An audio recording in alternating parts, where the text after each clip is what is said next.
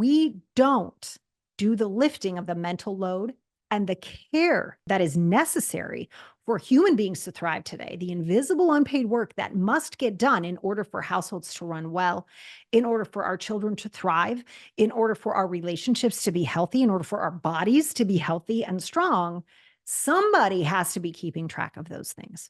Hey guys, welcome to episode number 249 of the Game On Girlfriend podcast. Today, I want to address the $3.6 trillion care gap. Yeah, you heard that right. It is with a T, not even a B. The $3.6 trillion care gap that exists in just the United States alone. Now, if you know what the care gap is, it has to do with who in the family is providing the most care for other members of the family, for the community, for extended family, etc. And as we start to look at that, it's pretty logical. I think most of us know, again, speaking in stereotypes, but also in pretty practical trends, the care gap tends to fall onto women for the most part. Obviously, things are changing and we hope they continue to change. But one of the ways we can cause them to change is to actually talk about the numbers behind the care gap, how we calculate those numbers, and what we do about it to start to change how we view different kinds of work, how we view care, and what we do about it as a society. For those of us that own businesses and really want to take care of our families, this is a big one. If you've ever wondered why it feels hard sometimes, we're going to get to that and you're going to have your questions answered. So pop in those earphones and let's get to it. All right, so we are talking about a $3.6 trillion care gap, at least in the United States. We know around the world it's even bigger. So how the heck did this get calculated? Well, it is broad. Okay, so I want to start by saying that. But the average stay-at-home parent, again, not trying to assign this to any gender or person, right?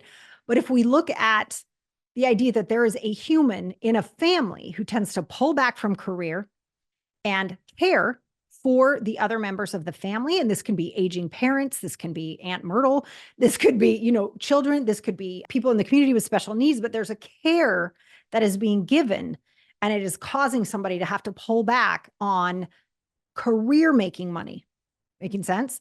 So the person who does that in a family on average in the United States is worth, hang on to your hats and glasses, $180,000 a year to that family. Yes, that's correct. That is shopping. That's food planning. That's cooking. That's cleaning. That's driving around Ubers. I don't know about anybody else who's a mom. Come 3 p.m. every day. I'm like, I'm an Uber now, right? It is amazing how much that happens, right? Cleaning, organizing, packing, unpacking, planning vacations, even weekend getaways. All these things add up. And on average, when this initially released, it's $180,000 per year per family. So if we look at the 20 years that usually someone is attending to children or children and aging family members, let's say it's 20 years out of someone's life that care gap is existing. So $180,000 to a family over 20 years is $3.6 million. And this is where the 3.6 trillion came from. Because if we assume there's 100,000 families a year going through this, you've got $3.6 trillion. Now, if I messed up the math on that or didn't do a zero, please yell at me in comments and in emails from the show notes. Definitely let me know. But I don't think so. I've done it a couple times. I am dyslexic with numbers. So please kick my assets if I've done that incorrectly, but I don't think so. And so as we're looking at this, what we want to talk about together, both as women, as caregivers, or whoever is staying home, right, to fill this care gap, someone has to do it. Right. And if there isn't a member of the family doing it, you're paying someone else to do it. And we can see what this is doing as far as earnability, right? Our ability to have more financial power, whoever is filling the care gap. And I think as we talk about this, one of the things that we can do is ask ourselves why we don't value the care gap work as much as we value revenue generating work. Right? Because if someone does pull back from a career and actually offers that to their family, that's a lot. It's worth a lot. But for some reason, we pretend like it doesn't matter as much. Now, there are varying theories about that, varying from this is really hard work, I don't want to do it, which means it doesn't matter. Yep, that's a real thing. That's a conversation people are having, right? 2, it's invisible. It's the invisible unpaid work that makes the world work. It is making lunches. It's making sure programs are met. It's making sure deadlines are met. It's making sure people are at doctor's appointments. You know the deal, right? Somebody has to do this. Now, some of you may know this. My son went to college this year, first year, very happy. I've launched a human. Hooray. And as I was preparing him to go to school, there have been a couple weekends where he would watch me. You guys, if you followed me for a while, you know this. I love to clean. I love to patch drywall. I'm crazy, but I love to take care of my home. It's one of my big passions. I really enjoy it. And he was watching me do this. And he looked around and he said, wait a minute. How often do you do this? I said, once every 2 weeks. I said, do you think the house cleans itself? And he's like, kind of did. I said, isn't that amazing? All right, let's talk about it. And I said, there's a mental load to having life work properly. And he looked at me like, a mental load. And I said, do you know if the dog's been fed? No. Do you know if the cat's been fed? No. Are they up on their vaccinations? I don't know. Do you have a doctor's appointment coming up? I think so. Do you know when it is? No. Do you know what you're going to need when you're there? No. Has your sister had a doctor? Right. I went through all the things. Do we need to go grocery shopping? What are we having for dinner tomorrow? And do we have what we need for what we have for dinner tomorrow? Do we have friends coming over? Is your bedroom clean? Is the laundry done? And I didn't do that to scare him, but I want you to recognize, if this happens to be you in your home, I want you to recognize the mental load that exists nonstop for you. Just feel that, because somebody has to do it. And what I've said to him, I actually gave him a hard time because I was packing to take him on a graduation trip, right? And of course, taking care of the dog. I'm cleaning the house. I'm making sure there's no dirty dishes, because there's nothing worse than coming home from vacation and dirty dishes, right? Doing all that. And I had asked him to walk the dog, and he did not. So, so I said, listen, you didn't do what we needed you to do inside the home. So somebody had to do it. Who do you think did it? Right? When we don't do the lifting of the mental load and the care that is necessary for human beings to thrive today, the invisible unpaid work that must get done in order for households to run well, in order for our children to thrive, in order for our relationships to be healthy, in order for our bodies to be healthy and strong, somebody has to be keeping track of those things. Yeah. And we don't talk about that. So it's starting to happen more and more. And I'm really happy to see that and hear that. And I want us to be part of that conversation as girlfriends, right? Like, we are the Game On Girlfriends. We are here to do something. And if you are finding yourself feeling like you're always behind the 8 ball, or you're like, what is wrong with me? Why can't I do all the things I know I need to do? How many things are you actually doing? And what is the mental load on you for having to keep track of all of that? It's not made up. You're not crazy. This is real. And if you don't do it, somebody has to. And so what I really want to talk about with everyone today, so we've talked about the financial impact of the care gap. We've talked about the mental load that it is to run a household. Even if you live alone, there's a mental load, right?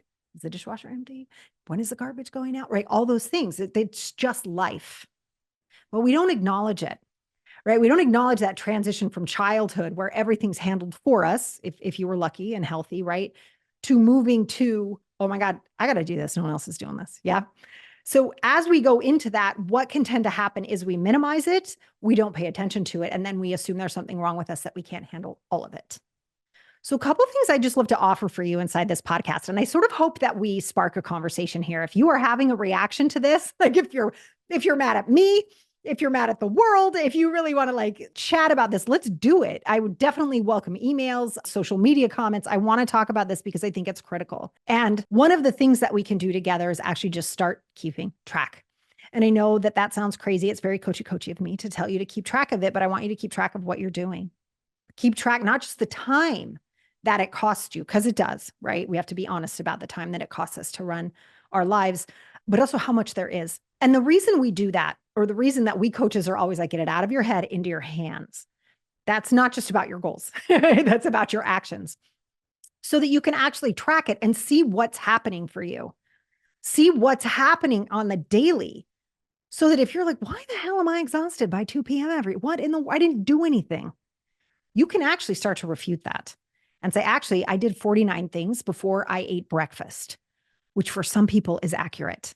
It's just you're doing it so fast and you're so used to it, you're not noticing, but that's still an expenditure of brain power, of your energy during the day, and also your motivation to take on other things.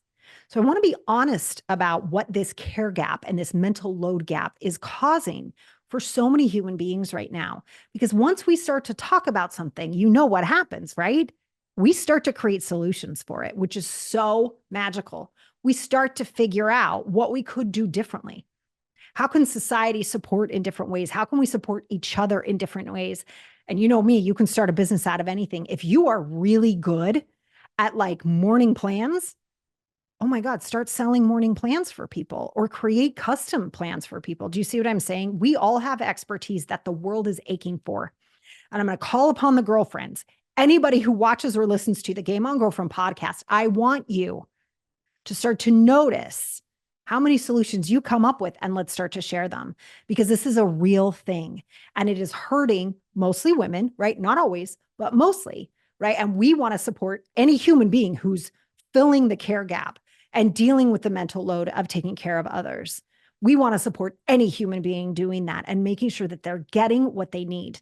Now, for those of you that are really interested in solutions or there's other things you want to try, I am a huge fan of the book, The Nordic Theory of Everything. I think the way that that book is outlined and the way social issues, right, the care gap are discussed in that book, I think are super helpful. And it might spark an idea for you, for your own family, for your community, or even your nation as we start to work through evening out this care gap and understanding how real it actually is and the impact it's having on our lives. I'll catch you next time.